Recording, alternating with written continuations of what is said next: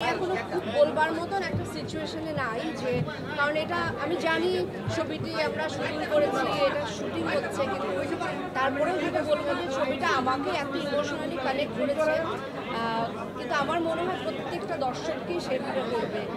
আপনারা সবাই একটু খেয়াল করে দেখবেন যে ছবিটা দেখে বের হওয়ার পরে কিন্তু আমরা সবাই কিছু আমার মনে হচ্ছে কথা বলবার মতন অবস্থায় আমরা নেই।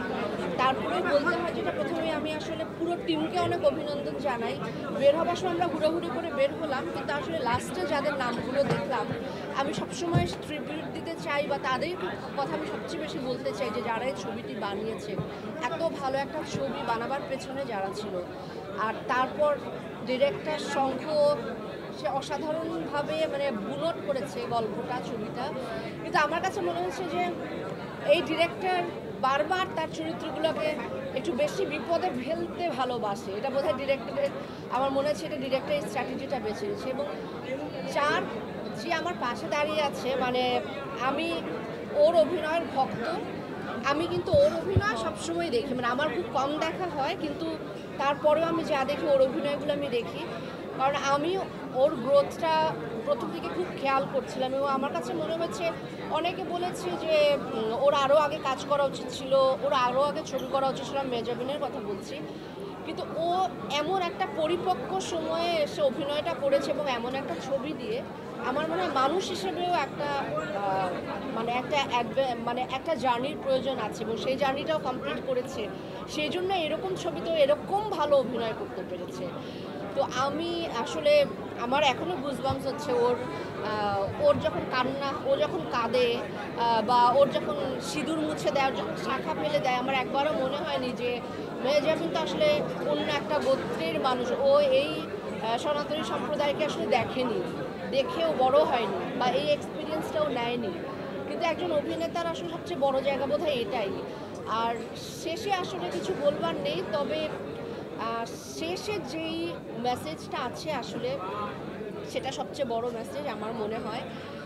এর উপরে আর কোনো মেসেজ হতে পারে যে আমরা সবাই মানুষ, এবং এই সময়ে এসে এরকম একটি ছবি, এরকম মেসেজ খুব দরকার বলে আমার মনে হয়েছে। ডিরেক্টরদেরকে অসম্ভব ধন্যবাদ এরকম একটা সুন্দর একটা ছবি উপহার দেওয়ার জন্য।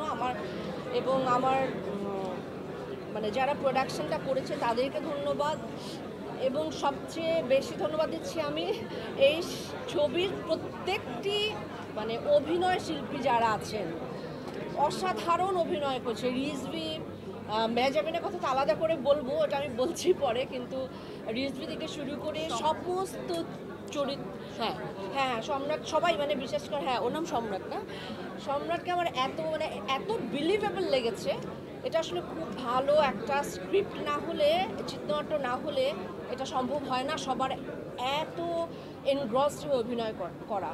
ছবিটি অসম্ভব এনগ্রসিং, এবং আমি যতক্ষণ সিটে বসেছিলাম আমি দর্শক হয়ে দেখেছি, এবং আমার কাছে মনে হচ্ছিলো যে এরপর কী হবে।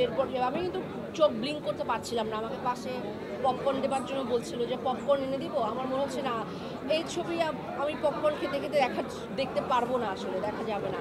আর সবশেষে আমি মেহজাবিনের কথা বলবো, যার মালতীর কথা বলবো। ইনফ্যাক্ট আমার কাছে এখন ওকে মালতী হিসেবে আমি ওর জার্নিটা আবার শুরু করবো, এবং আমি চাই যে ওকে আরও এরকম খুব অর্থবহ ছবিতে আমি আরও এরকম দেখতে চাই, অনেক অনেক বেশি দেখতে চাই। কারণ ও যা এক্সপিরিয়েন্স, আমি বারবার এটাই বলছিলাম যে ও কবে এত পরিপক্ক একজন অভিনেতা হয়ে দাঁড়িয়েছে আমি নিজেও বুঝতে পারিনি। কিন্তু আমি গ্রোথটা আমি সবসময় খেয়াল করতাম। অসাধারণ করেছে, এবং আমি ওর তো একটা ফ্যান ফলোয়ার্স আছে। এছাড়া আমি বাংলা ছবির যত দর্শক সবাইকে বলবো, আপনারা হলে এসে ছবিটি দেখেন, আপনারা এনজয় করবেন, আপনারা এন্টারটেইনও হবেন। কারণ দুঃখ, কষ্ট, আনন্দ সব কিছু দিয়ে কিন্তু এন্টারটেইন হওয়া যায়। আমি বাংলা ছবি সবাই দর্শকদেরকে বলবো যে আপনারা হলে এসে ছবিটি দেখুন, সেটা আমি বলবো। মেহজাবিন অসাধারণ। I am so proud of you, মাশাআল্লাহ, so proud of her. You deserve it.